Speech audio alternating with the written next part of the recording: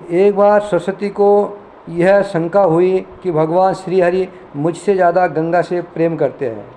वे भगवान हरि को कठोर शब्द कहने लगी। उस समय शांत भाव वाली देवी लक्ष्मी ने उन्हें रोकने का प्रयास किया।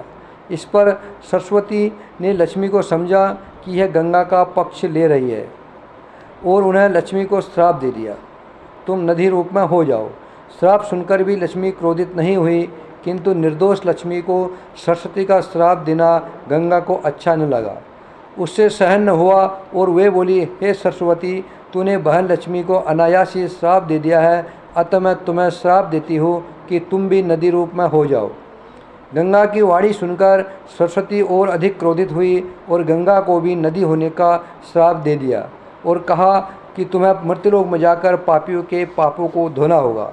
उसी समय भगवान श्री हरि आ गए और समझाते हुए बोले, हे सरस्वती, तुम तनिक भी दुखी मत हो। उसके बाद लक्ष्मी से कहा, हे सुबह, तुम भूमंडल पर जाओ और वृक्ष रूप में निवास करो।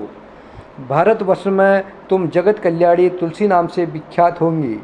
सभी घरों में तुम्हारी पूजा होगी। इस समय तुम पद्मावती नदी बनकर धरती पर जाओ। तदुपरांत गंगा से बोले, हे गंगे, तुम सरस्वती के हिसाब से पापियों के पापों को नष्ट करने वाली पतित पावनी गंगा नदी के रूप में जाओ। राजा सगर के पौत्र भगीरथ की तपस्या से तुम्हें वहाँ जाना होगा और भारत भूमि पर भागीरथी के नाम से विख्यात होगी। समुद्र मेरा अंश है, तुम उसकी पत्नी होना स्वीकार कर लेना। इस तरह तीनों देवियाँ भारत भूमि पर नदी रूप में आई। श्री राम जय जय राम।